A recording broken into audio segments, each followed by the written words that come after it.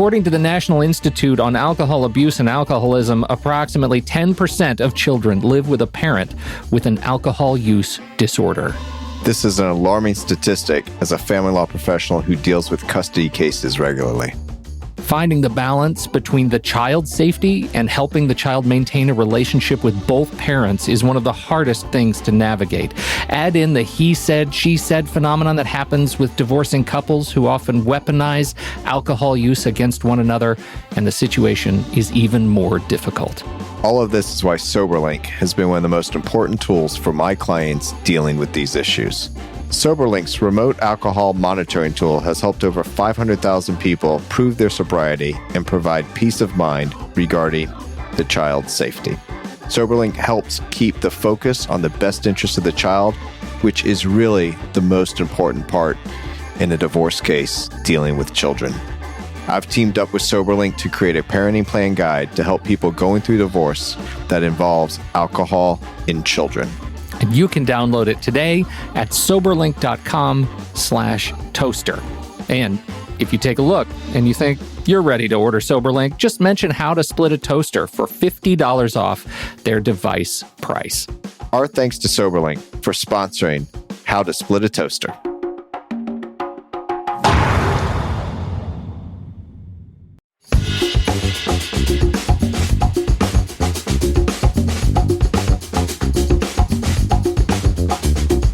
Welcome to How to Split a Toaster, a divorce podcast about saving your relationships from True Story FM. Today, we're mourning our toasters.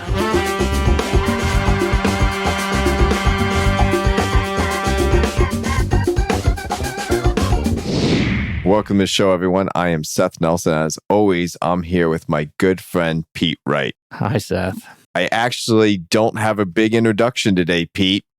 It's you and me. It's you and me, buddy. We're cutting through it all. We are going to peel away the onion. We're going to let people see our inner souls. Ew. Ooh. Well, that's gross. You're nervous. That's gross. We're talking about grief in the grief process. Today, we're going to talk about our own experiences. Unfortunately, within the last 10 months, Pete and I have each respectfully lost one of our parents. My mom passed away last May. Pete, what about your dad? Yeah, the 29th of December. So just not too long ago, he passed away between Christmas and New Year's. Very suddenly. When we were chatting, I know, Pete, after your father passed, that we were talking about our own grief and how that's impacted me over the last year and how you're kind of still in the heart of it now. And I mentioned that's what people go through all the time when they're going through a divorce. It's part of the grief process. And we decided to bare our souls today. We're going to try and tell some jokes along the way. If they don't hit the home or they're not funny, we'll cut them out. We'll have Andy do that. But we're going to leave the silence in so you can know. You could maybe insert your own joke. It'll be a kind of a Mad Lib. Insert your... We weren't funny enough. I used to love those as a kid. Yeah. Yeah. You know, that's why I became a grammar nerd. Is Mad Lib. Mad Libs? Mm. Yes. Yes. Mm-hmm. This grief subject it's surprising. I think my challenge, and I hope that this conversation, like I'll be talking about it with the loss of obviously of a loved one and my favorite guy in the world, right? But in my reading on the subject and sort of exploring my own experience with it, I've come to learn that this is a solemn truth about grief. That grief is grief is grief.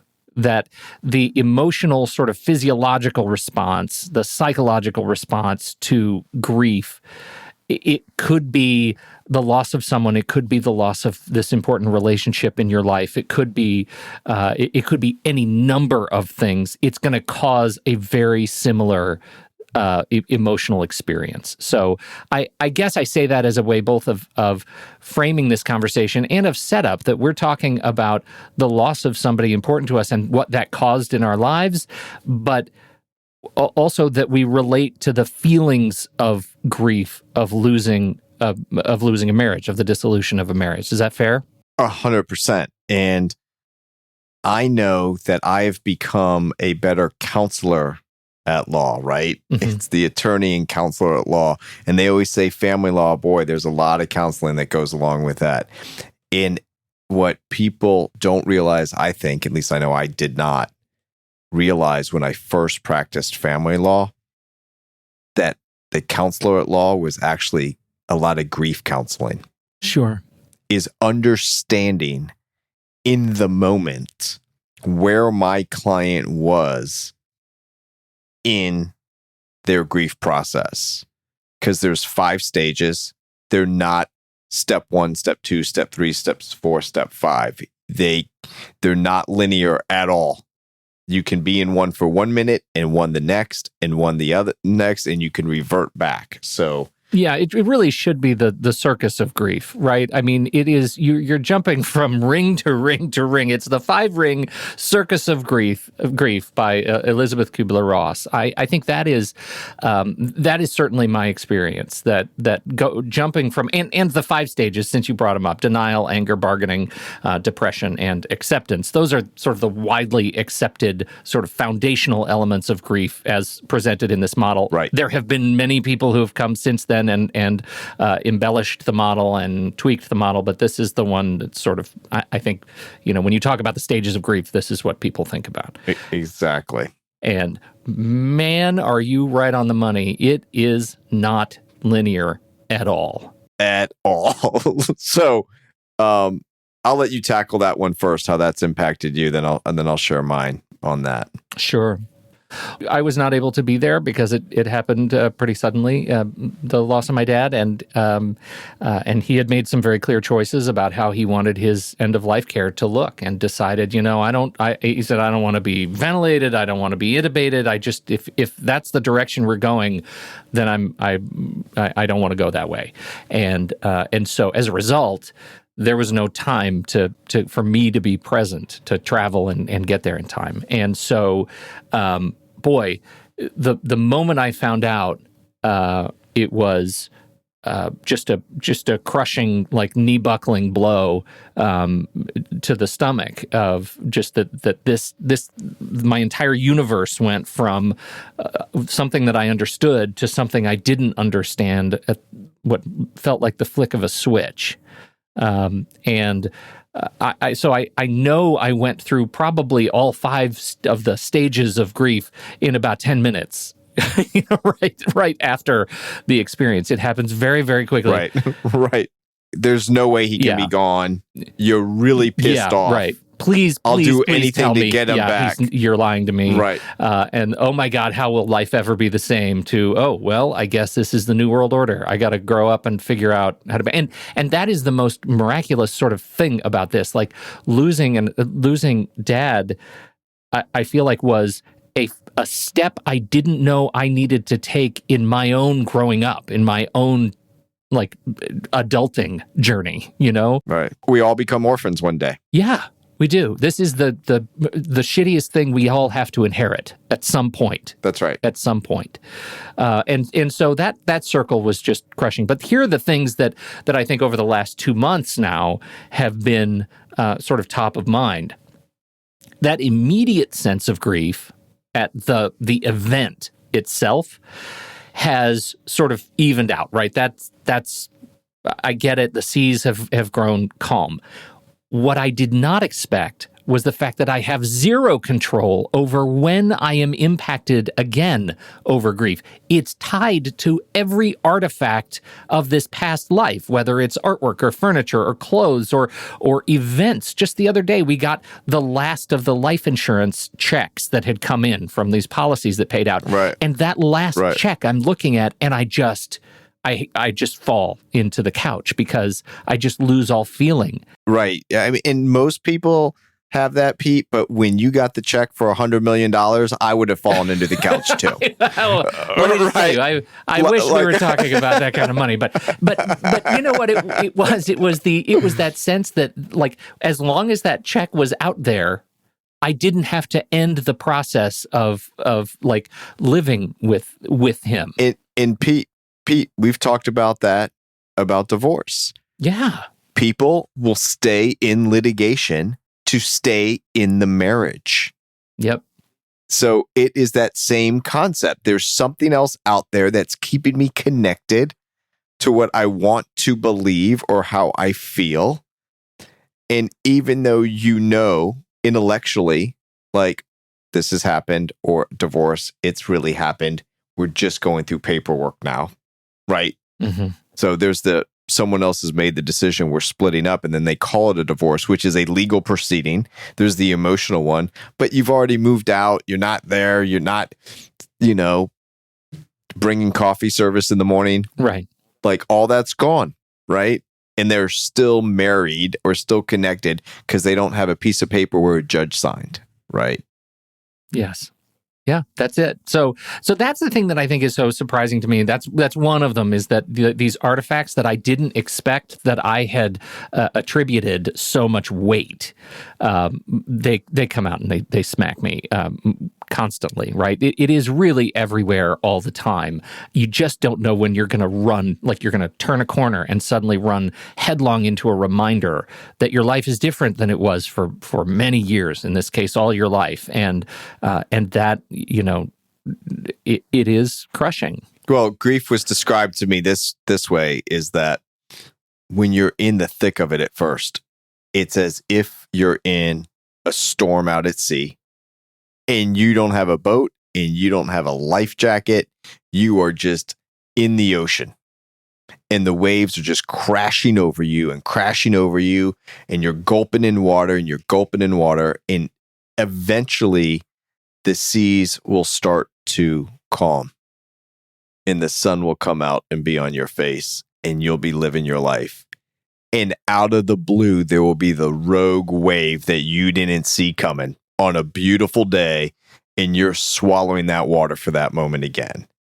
And I have found that to be true. And when that happens to me, since my mom's passing, when that grief, when that wave hits me, I find myself saying to myself, and I've never articulated this in the whole last 10 months. I just say, like, "Oh, Mom." And I don't know where I even get that. That's not something she'd ever say to me as a child. It's just like, I wish you were here. Like, you would have loved this. And it could be something today. I went to Kai's school, my son's school. He did a declamation. He did his first stand-up routine in front of the entire school because he won the junior class. And I just was like a little bit sad because she would have loved to be there, right? Yeah. And to see that. That's one of the big moments. I find when I'm most impacted by it, it's when I am driving down the road and I think of something stupid and there is no one else to call that would really get it the way Dad would get it, right? Right. There's nobody else to call where I could make fun of this movie or this show that I just saw, and because I've got this perfect joke. Like, I can't tell that joke because no one else has that shared history, that we've cultivated. Yeah. Well, as you know, my mom was an attorney. Right. So I just loved talking the law with her. And she just had this brilliant legal mind. And I would talk about a case and she would pull a case back out or a legal concept. And she didn't practice family law. Like, maybe she did very early in her career, a couple cases, but she would pull it back from the bar exam. Right? I mean, ridiculous. Yeah. Or a rule of evidence, or how this played out, or just how lawyers think and talk. Like I just miss that immensely. And sometimes I'll find an interesting case, or I'll say something in court, or something will happen in one of the cases. And it's usually me complaining about the other lawyer and what they did or what the rule says and how they didn't follow it, right? Of course it is. Right. But, and I just, like you're saying with the joke with your dad, like I don't have anyone. I mean, I got my friends that are lawyers and stuff, but like the way I talk to Mom about the law, I just immensely miss. And unlike a divorce, I do not think about my former spouse every day, but every day I do think about my mom, which I did not do when she was alive. And I find that very strange. That is actually really strange. That's that I 100% relate to that. I wonder if there's a parallel, not specifically to you thinking about your mom versus your former spouse daily, but at what point did you find you were able to move past the like transformation of your life and what it was with your former spouse? Do you know what I mean? Like there's a certain like milestone. It took a while for me. I was divorced, as my fiance says, for a long weekend, 3 years. I mean, married for 3 years, a long weekend. And our divorce took all of 3 months. We were like not going to do the craziness that some people do, which is hard to get out of your own way. You're grieving. I get it. I deal with it every day. And I found that really the divorce process and then being alone after the divorce ultimately made me who I am today. And it took a long time to find myself. I don't know if I ever really knew who I was even before I was married. I say that I lost myself in the divorce, and I've thought about that a lot. I've been to counseling and talked about that. But I think I was a different person before I was married, much different when I was, and I'm my true self now. And I know that my fiance brings out my best self in me, which she's helped me find, which is glorious. But it took me a long time. And I don't think I was ready for a serious relationship for a really long time because I had to do that healing and figuring out. And I think that's the same with anything. You don't see people whose spouses die necessarily immediately, getting on one of the apps. No. No. No. All right. I totally. Your father passed suddenly. My mom had cancer. So it was one of those long processes. And my mom was tough as nails. She went to law school in the early 80s and was one of 8 women in her law school class. Wow. Yeah. Right? Like those women of that generation went through hell that they should not have had to go through, and they became tough as nails. And I remember she was having chemo a couple years ago, and she said, my hair might fall out. I've always wanted to have pink hair. I'll get a wig.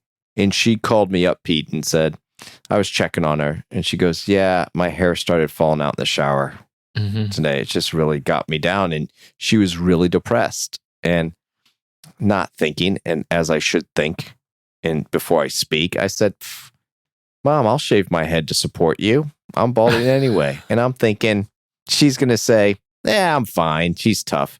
She says to me, that is the sweetest thing. Thank you. And I'm like, oh, shit. And I went home that night and I shaved my head. I've been bald ever since. My son told me, Dad, you've got a good head. You could be a head model from the eyebrows up, And my mom always appreciated that. And I will probably always be bald from now to the end of my days. And sometimes I think about my mom because of that. Yeah. But I was with her. Yeah. I was in the room when she passed. And when you talk about a light switch, even though we all know it was coming, even though hospice care was there, it's like a light switch because even though the breathing was labored, she was breathing 1 minute and then she wasn't. And then she was not. And I mean, we were very thankful that we had love and support. She got to say goodbye to all of the relatives flew in. And I don't think it makes it any easier. It's not a competition because people will say, oh, you got to say goodbye, where maybe you did not, Pete, because it happened so quick, right? And I'm like, it's all bad, right? Because I'm like, yeah, I said goodbye to my mom. That was horrible, right? So there's no right, there's no wrong. It just sucks. Yeah. It all just sucks. And I didn't have a lot of the anger phase, which is a big phase in divorce. Yes. because my mom lived a great life. She passed the way she wanted to, but on her terms. That makes it easier to sort of grieve as a verb when when everything goes with peace. Right, but there was some bargaining going on. I'll tell you that. Yeah, it's hard. I do find myself. I still driving around. I'll still talk to him and just kind of let him know, talk, even though I know I'm, for my belief system, I know I'm talking to my steering wheel, but it just feels good to get the words out. I want to talk a little bit about numbing, because that seems to be an important topic in grief. I was talking to a dear friend who's in the divorce process himself, and when we would talk right after his former spouse moved out, and we were kind of joking around and like, are there any silver linings? He says, "Oh God, yeah, the house is so quiet." He takes a beat, "So no one can hear me screaming, because I'm doing a lot of screaming." Right. And that's, that's the sort of bittersweet thing that I think puts, and he would talk about this. He says, it's just really easy to let myself do the things that I know I wouldn't do if she was around, to get, a second or third drink, to, just start eating crap, to, do the things that give me that little dopamine push, or that, that numbing out push that makes the screaming less important. Did you deal with that? Yeah, I dealt with numbing. Yeah. But the way I dealt with it, which is crazy, is I went and played poker. You weren't expecting that, were you, Pete? I was not. I literally went and would play Texas Hold'em at a local casino here. And the reason that was numbing for me, it did a couple things. One, this is going to be surprising, I'm an extrovert. Okay? I needed to be around people, right? And it's all about observing when you're playing poker, and it's all about cards and numbers and math. That shuts off the emotional side. Yes. And I could go there and I could play cards, and I had my systems, and I would never drink. I would get a beer and sip it, and I would buy rounds for the table because I'm just doing a return on my investment there, man. The more they're drinking, the easier it is to take their money, right? But I am literally was doing that for about a solid 2 years. It was ridiculous how good I was at this game, but that was a way that I could just shut it all down and grind it out at the table and do the math. And to this day, if you put 3 cards down on the table, I can tell you what the best hand is that someone can be holding, the worst hand, and rank them in a millisecond. Why are you an attorney? Feels like you should be on a circuit. Like there's a circuit that's just, it's got a Seth Nelson shaped hole just waiting to be filled. Why don't you just keep pointing out the rest of my mistakes in my life? How about we talk about how I moved from Grand Cayman to come back to go to law school? I would love to talk about that. Yeah. Let's start digging up those particular scars, shall we? That's good. Talk about grief. Oh my God.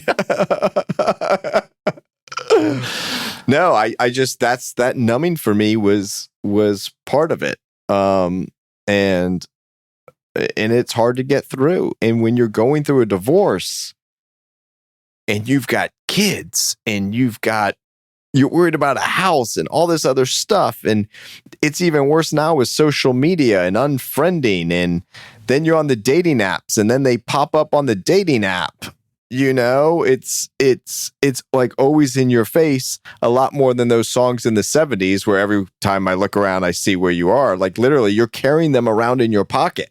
Yeah. And that's worth noting too, that at least in my experience, it's because of the sort of delay of amplification of social media, I'll feel like I've kind of moved past this thing, and then someone out of nowhere will respond to a post about it that was 2 months old and say, "Oh my God, I'm just discovering this now. I'm so sorry."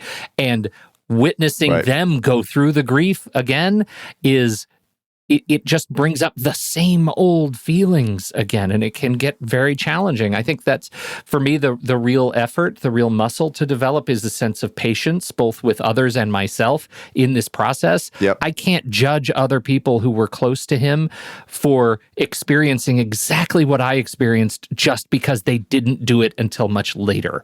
And that's right. I'm trying so hard to be patient and understanding that everyone who was close to this person that was close to me has to experience this on their own to some degree.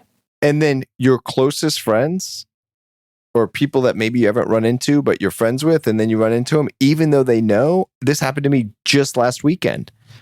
They said, "How are your parents doing?" And then I looked at them because it kind of hit me like, "You mean my dad?" Yeah. Right? And I didn't say it, but it must have been on my face. And they go, "Oh, I'm sorry. I know your mom." I'm like, no, it's fine. Thanks for actually. And I actually said, thanks. I said, thanks. I don't know if I thought of her today. So, and I'm not diving into politics at all, but Joe Biden has seen grief in his life. Yep. And he had something that he said that has stuck with me, and it has nothing to do with politics, but he said, and I'm sure this is in all sorts of grief books and grief counseling, that one day your loved one will bring a smile to your face as opposed to sadness, or something of that nature. And down the road, when you think of them, it won't be as sad as it is today. You'll think of all the positives and the good things. And so when I'm sad about it, I kind of think about that. And when you think about that, the sadness kind of subsides. Those seas, those waves kind of mellow out a little bit. Do you have a go-to memory in that regard from mom? I don't have like one thing. I think she was such a powerhouse, and so influential in my life. And not just becoming a lawyer. Like, that's the superficial shit, right? Yeah. Like, but on things that I do, how I approach life, how I approach problems, how I think about the world, how I parent, how I don't parent, right? There's shit she did. I was like, note to self. No, I'm not doing that. Stricken from the record.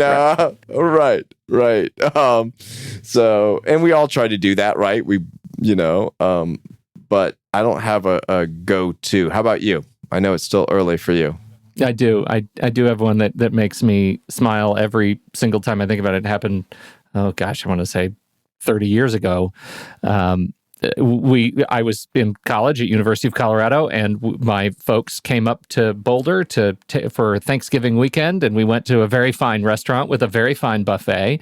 And we went up to the buffet line, and Dad, Mom went through, and then I went through, and then Dad stopped at the meat. And he sort of backed up and waited for like 4 or 5 other people to get through until the person who was cutting the meat was almost done with this carcass and it was both ham and turkey. And, right. And I'm sitting here watching this guy, and he's like an ambush predator. He's just like eyeballing, just waiting for the right moment. And then he steps back into the line, and he says to the attendant, "Can you give me some of that slop down there?" And he wanted like the fat and the skin and the nastiest parts, and just please pile it right on my stuffing right there. Just pile it right on. And that has become the most disgusting avatar of my dad's existence. That he even made it 30 more years is a testament to his intestinal fortitude, literally. And so that became kind of a thing. You're going to eat the slop on that? We kind of made a family joke. And I laugh every single time I think about that. Right. That's awesome. Let me ask you this question, not related specifically to your experience, but the post experience. What do you think is the kindest thing anyone has done for you as they were in an effort to help you through your grief process? Because I hear this all the time, right? You're like, what do you need? That's the thing. You tell me if you need anything. Just let me know. I'm here for you. Tell me if you need something. Yeah. I think I called you and said those exact words and said, and I heard those for so long, and you're going to tell me nothing. Yeah. I got to tell you, I think the two people that really helped me get through it. One was my fiance. She was previously married, and when she was married, her former spouse father passed away. So unfortunately, she had experience in this role that she was playing, right? But when I needed to cry, she let me cry.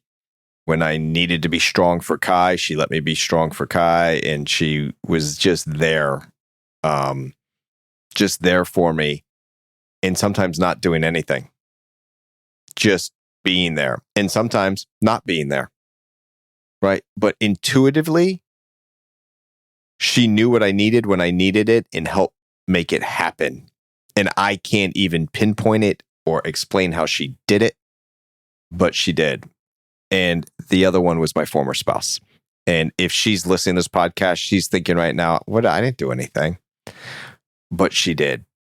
She took the time to bring Kai up and see my mom, on quote unquote her weekend. Sure.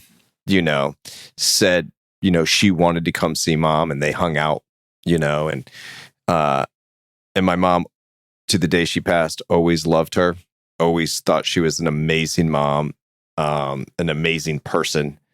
And my mom would frequently tell me that her generation would talk about their kid's divorce and how awful it was. And my mom would constantly tell me that you and Kai's mom figured it out. And I get really quiet when those conversations happen, because I don't want to say how great it is and how my grandson is amazing because his parents figured it out. Yeah. Right. So I think just by her being there and at the funeral, sitting with the family, right? It's not, no, go sit in the back. Like, you're Kai's mom, his grandmother passed. You're sitting next to Kai, right? Like, whatever that was. And your husband's sitting next to you. Those little things to me, and I have this issue about inclusion. I don't like feeling excluded. So I know this is one of my triggers. So maybe this shit is all about me, but it's those little things like that to me, that help me get through it. I think that question is so hard because I think of the people that were saying those things to me, like, what can I do? What do you need? What can I do for you? It was those folks who hadn't lost anybody for the most part and were just like me. Like, I legitimately didn't know what I needed, right? I think the best thing, the thing that stands out for me the most is the moment I heard it happened. I happened to be texting with a friend, and I stopped texting and just sort of ghosted him. And within a half hour, the doorbell rang, and he had DoorDashed a mod pizza of my favorite toppings to have it delivered to the house, because I hadn't been eating for days. Like, I'd been kind of on call. Right. And he said, I didn't know what to do. Like, I don't know how to support people through this. So I sent you a pizza. Honest to God, that's the single thing I remember most was, don't ask me what I need, just do it. Right? Just do it, because I will be no help in that process, right? In the immediacy after an event that merits grieving, I'm a useless shell of a person. And I think that's the thing I just want to share with folks. Like, I certainly don't have any answers, but I can tell you what felt good. And what felt good is just take care of stuff, because I'm helpless and hopeless and I don't know what to do. Right? Like, we make fun of our producer, Andy, all the time, but honestly, he didn't even ask. He just did stuff. And that's amazing. That's just like, takes such a huge load off. I look for every opportunity I can to make fun of that guy. But and see, Pete, this is so bad. Because he's the one that cuts these shows together, and he's going to put that like on a loop. Yeah, there'll probably be an echo, like a God voice echo on it. Yeah, that's what I'd do. Anyhow, so let's talk about it from the perspective of somebody who has a grieving event done unto them, right? Like, in your experience watching people separate and the ripples in the pond that fall out from the event itself. Talk about that. So I think the hardest thing about divorce when we're talking about grief is you're not in the same category and it's not linear and you're not there at the same time. So just like if you're out on a first date and someone asks you to marry them, you're like, whoa, that's a little fast. Yeah. right? Never call me again. The same is true when you're breaking up. They're not necessarily there at the same time. You could have been with your spouse for years who was going through this grieving process, begging you to go to counseling. Please do this. Okay, I'm just in denial. We're not getting divorced. Maybe everyone goes through problems. We just go through problems. We can fix it. Right. Let's go to counseling, whatever. And then angry, and that's when you get to the fights because it's still happening. And that person gets to acceptance, but it's not until they get to acceptance that they actually come to you and say, I want a divorce. Well, shit. Now they're done, and you might never have known that things were bad. You might have had your head in the sand. You might not have noticed it. Maybe you thought you were doing what you needed to do because you were, quote, providing for the family, or you were taking care of the kids, or whatever roles you guys ended up doing, and you thought things were fine. And everyone has problems, right?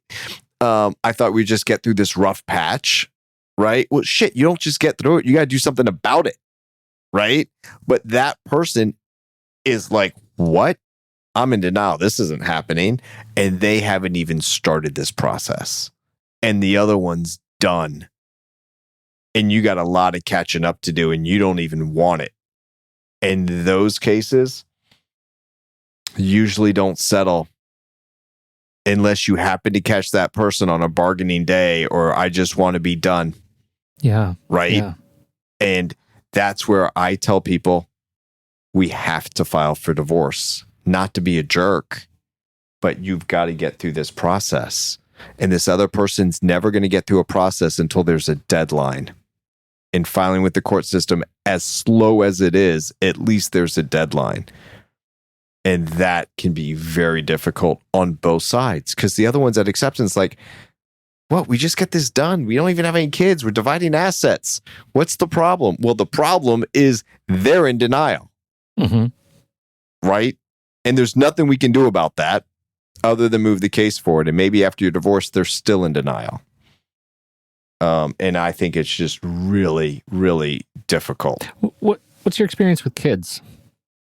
Kids who and that because that's another one of those ripples outside of the event itself.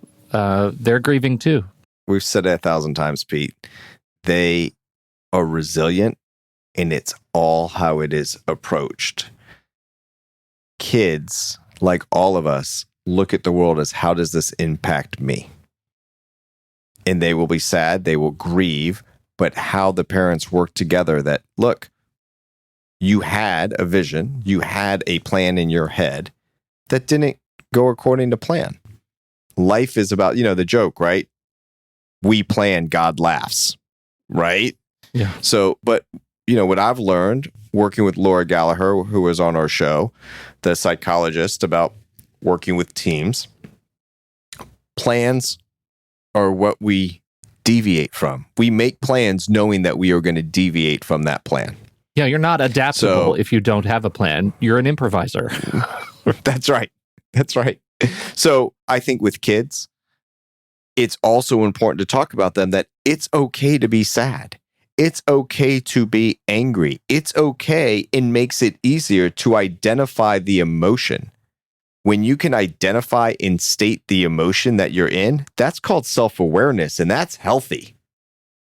Yeah. And so when you can tell a kid, you know what? It's okay if you're mad at dad. It's not about blame. If you want to blame me, if you're mad, if your life got harder and it's because your parents decided not to live under the same roof, you're allowed to be mad. What are you going to do with that? Right? How are we going to get through that? Because you're not staying mad. It's an emotion the rest of your life. Right? Let's talk about that. And if you are not ready to talk about it, that's okay too. But it's going to happen. It's going to happen. And because that's how healthy people live. And we care about each other. We want to be healthy. And we're actually doing this because we think it's best for you, even though it doesn't feel like it.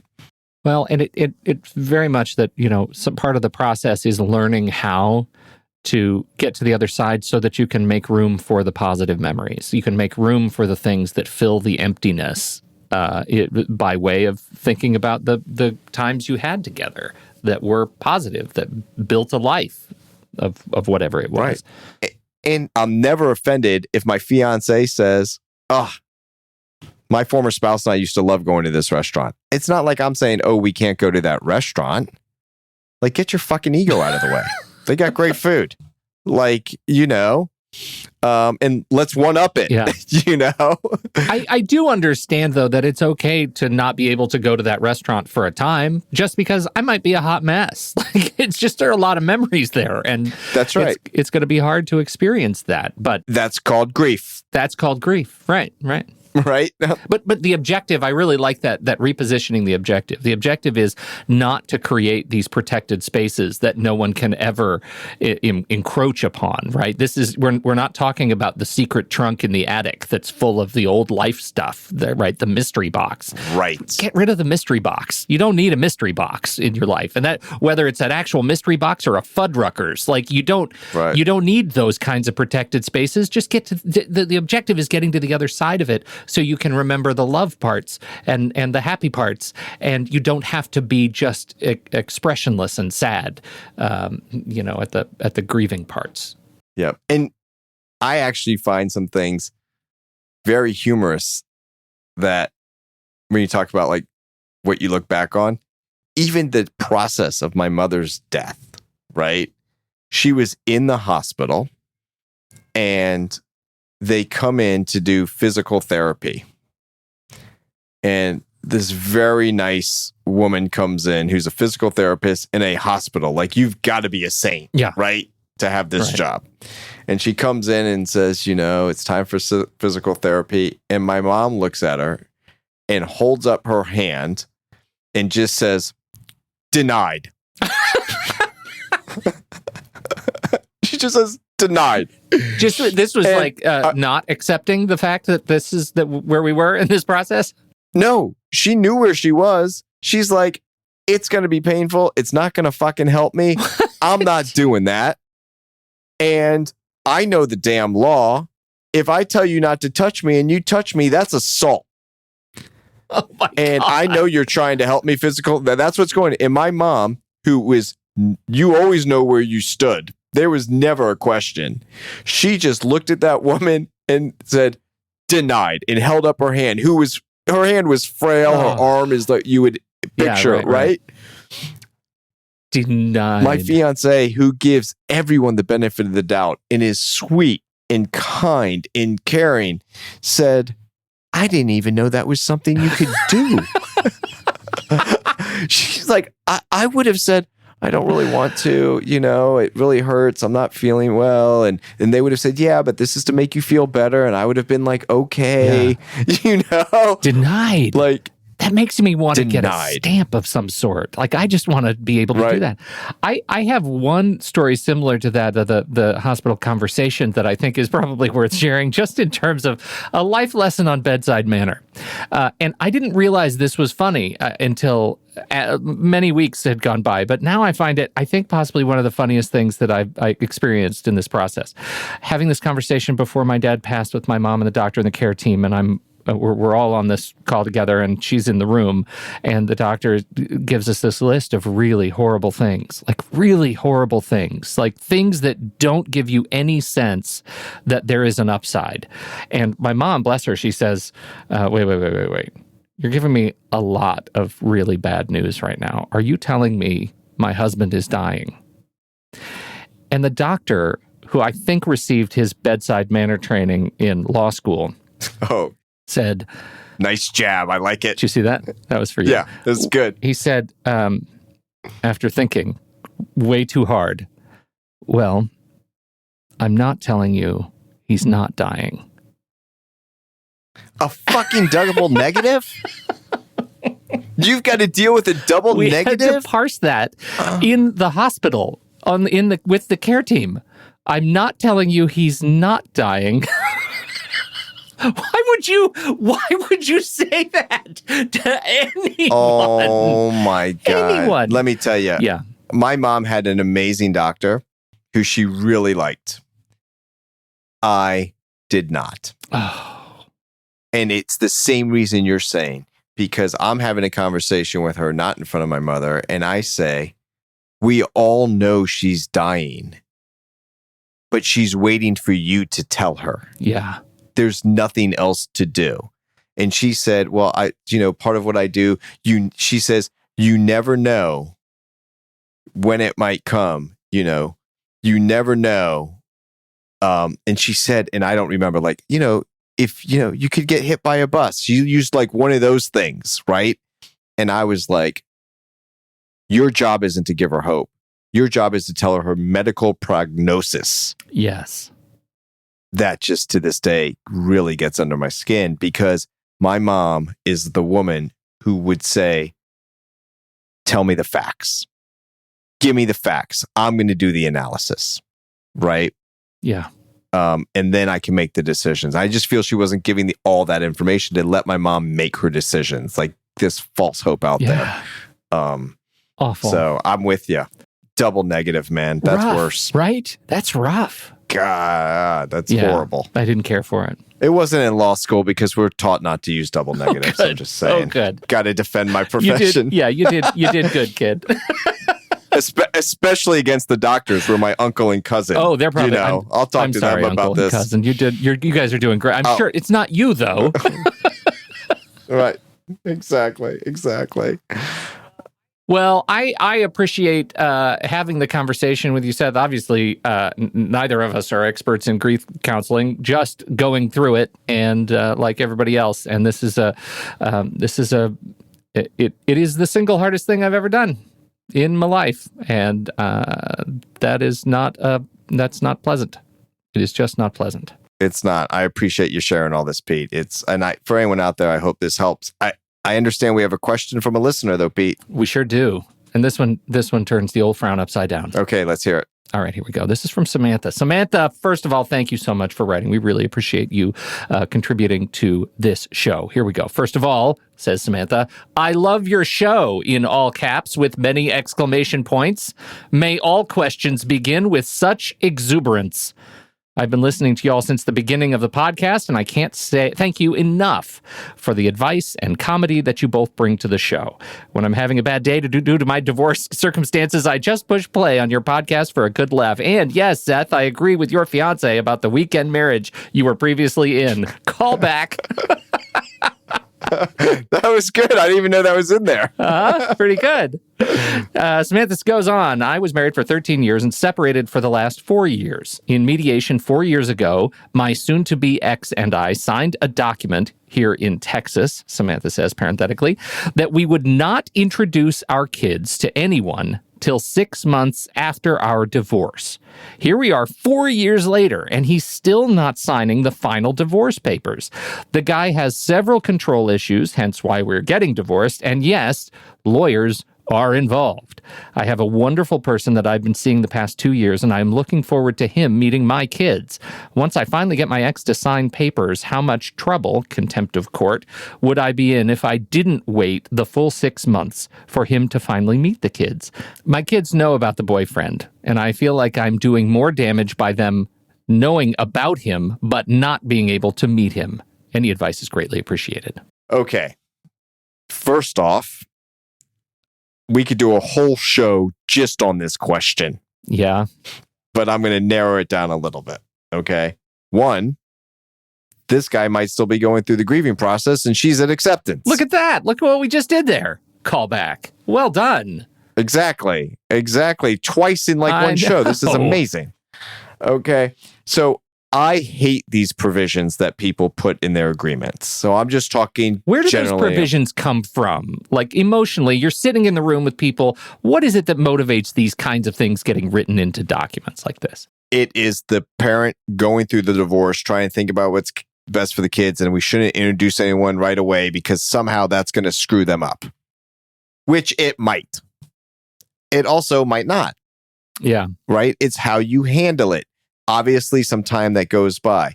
Usually, I don't like these provisions because, one, the courts will not put this provision in a final judgment in the document, the divorce decree, unless it's in a parenting plan or an agreement.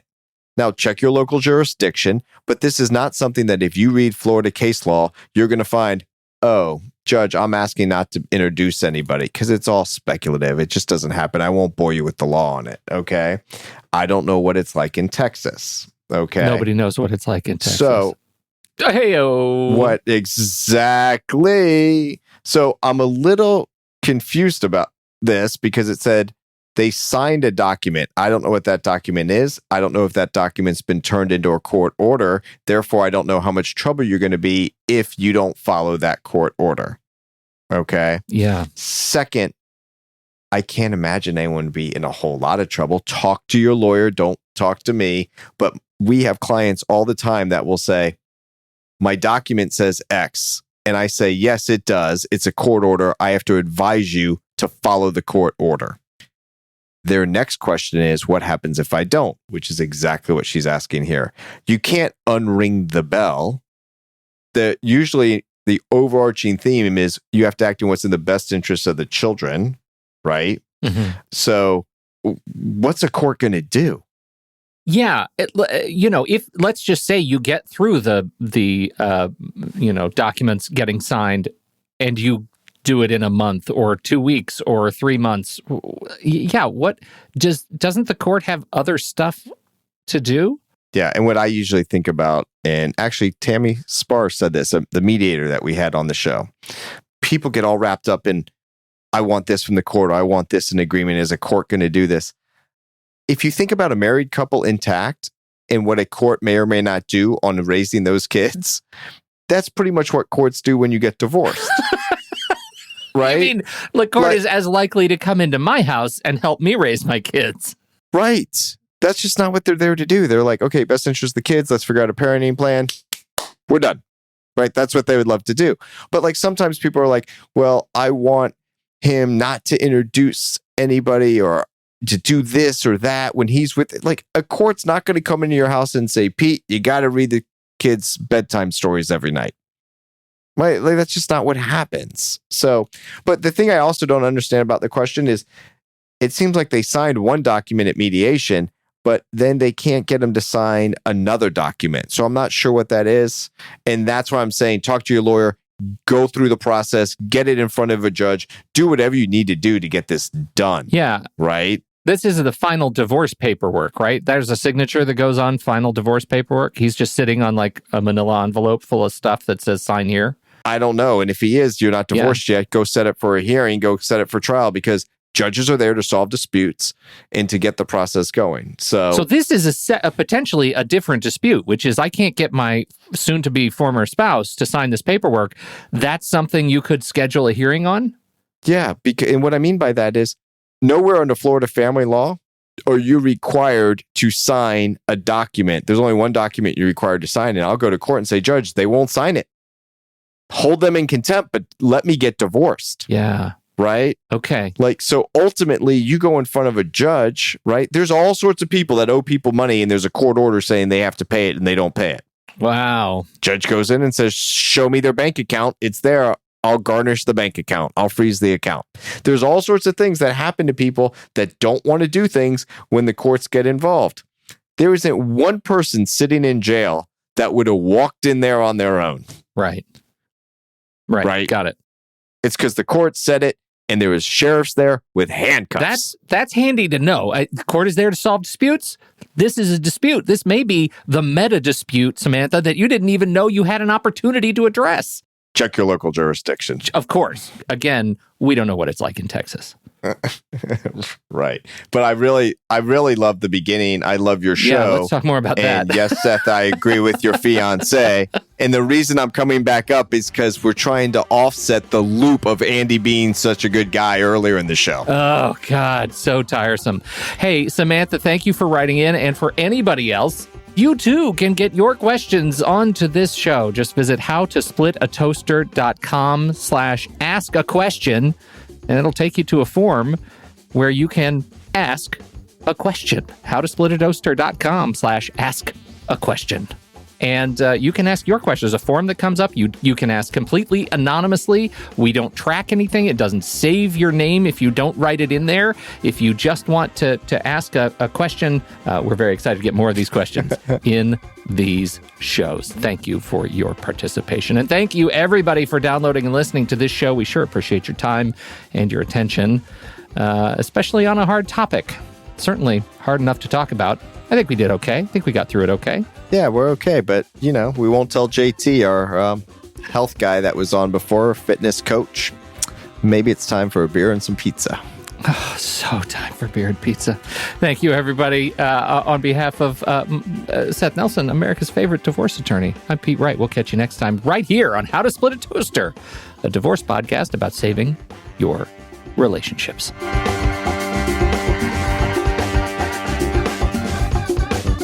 Seth Nelson is an attorney with Nelson Coster Family Law and Mediation, with offices in Tampa, Florida.